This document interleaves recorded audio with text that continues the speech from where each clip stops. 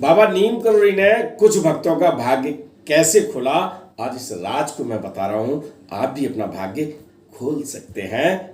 नमस्कार, मैं विनोद शुक्ल आपको सुना रहा हूं बाबा नीम करोड़ी की अद्भुत गाथाएं। अद्भुत गाथाओं की श्रृंखला में आज हम आपको लिए चलते हैं संगम की नगरी प्रयागराज में, फोर चर्च लैन में, जहां महाराज जी अपने कक्ष में विराजमान है। सुधीर दादा अपनी तौलिया डाले हुए खड़े हैं। आप देखा ना, धोती पहनते हैं, ऊपर से जैकेट तौलिया ले। और मैं आपको एक बात बता दूं, आज फिर से, मैंने कई बार बताई है, आज फिर प्रसंग आ गया, मन है बताने का। ऐसा कोई भक्त होगा, मुझे नहीं जानकारी, जितनी मुझे जानकारी है उसमें मैं बता रहा हूं, जिसने महाराज जी ने कहा कि ये तो ये, महाराज जी ने कहा वो तो वो, महाराज जी ने एक आदेश दिया, बीच में पानी लाने के लिए भेजा कि जाओ पानी लेके आओ, और वो पानी लेने गए और उसके बीच में कहा, ए भाई तौलिया उठा के लाओ, तो वो तौलिया उठा के ले आए।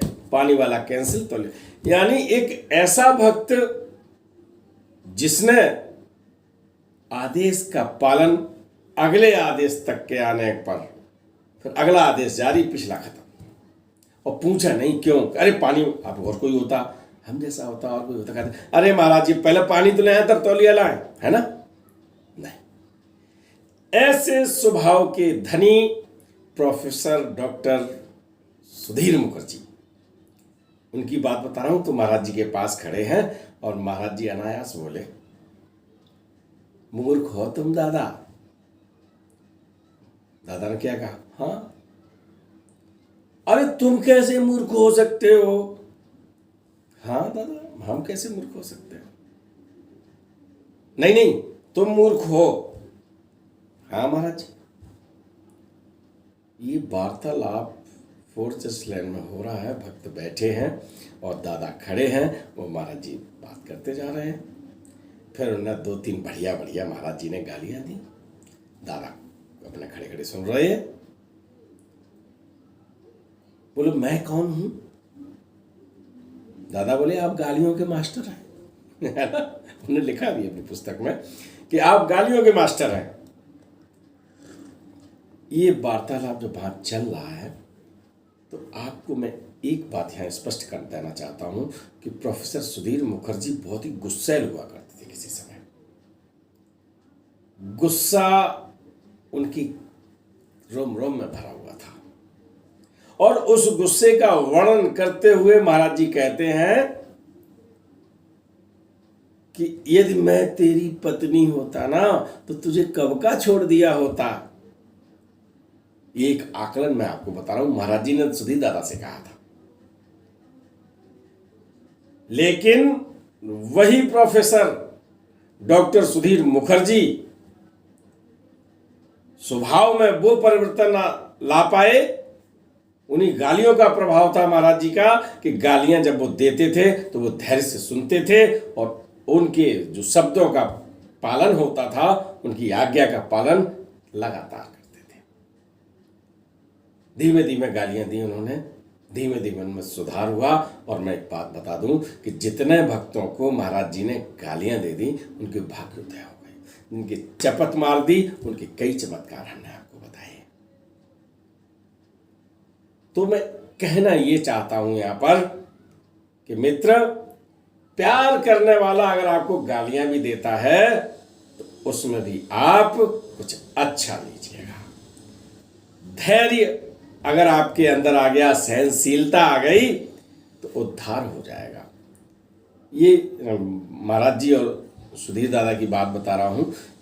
जब ये स्वभाव में बिल्कुल परिवर्तित हो गए, तो महाराज जी ने एक दिन कमला से पूछा, कमला क्या गुस्सा करता है अब ये।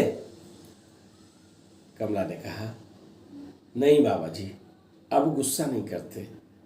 अब कोई बहुत बड़ी बात हो जाए घर में तो भैया गुस्सा कर लेते होंगे कभी कभी, लेकिन अब ऐसा जो पहले था ना, वो गुस्सा अब नहीं करते। सुधीर दादा के बारे में मैंने बहुत कथाएं आपको सुनाई हैं, और आज ये प्रसंग सुनाने का हमारा मन भी इसलिए हुआ कि एक सामने हमारी घटना घटी, और उसमें जूनियर सीनियर को डांट रहा था, और सीनियर ने उसको सुना और सुनने के बाद मुस्कुरा के उसके प्रश्न का उत्तर दिया और वो गालियों का आदान प्रदान भी हुआ। तो मुझे याद आ गया।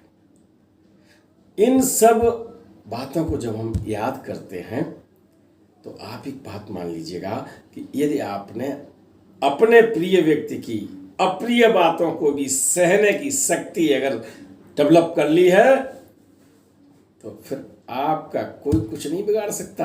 क्यों? कि आप अपने गुस्से पे काबू कर सकते हैं, आपकी सहनशीलता बढ़ जाएगी और धैर्य बढ़ा तो आप ये समझ लीजिए कि समस्याएं चाहे जैसी आए कैसी भी हों आप उनका समाधान ढूंढ ही लेंगे। क्योंकि जब कभी प्रिय व्यक्ति कुछ कहता है तो हित की बात कहता है। आप भी महाराज जी से अपनी बात कह सकते हैं। मैं एक चलते चलते एक प्रसंग मुझे याद आ गया। मैंने पहले भी एक बार बताया था, आज फिर बता दूं कि एक संजू भैया हैं कानपुर में, वो सुंदरकांड का पाठ जब करते हैं तो कहते हैं बुढ़ऊ आते हैं। तो मैंने उनसे पूछा कि यार कौन बुढ़ऊ आते हैं? बोले अपने महाराज जी। कानपुरिया भाषा में जो परिवार का मुखिया होता है ना उसे कहते हैं बुढ़ऊ। तो ये अपने बुढ़ऊ हैं, ये अपने भगवान हैं, ये अपने माता पिता हैं और इनकी जब हम बात सुनेंगे, इनसे कुछ शिक्षा लेंगे तो निश्चित रूप से अपना कल्याण कर लेंगे। चलो फिर मिलते हैं नई कथा के साथ।